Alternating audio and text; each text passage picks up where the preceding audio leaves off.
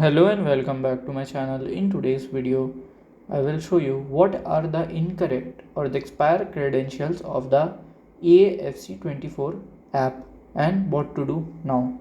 So let's get started. So basically, we will just open here our EAFC 2024 app. If you have put the credentials wrong and if you're facing errors by the app, you have to request to change them. Okay, first let's get started. Okay, so here you will just log in into the app, and then if it shows any error, if you have put any credentials wrong, you can contact the app support, or you can't do anything, or you can just make a new account. If you have invested some money, then it will be wasted if you have forgotten the credentials or incorrect.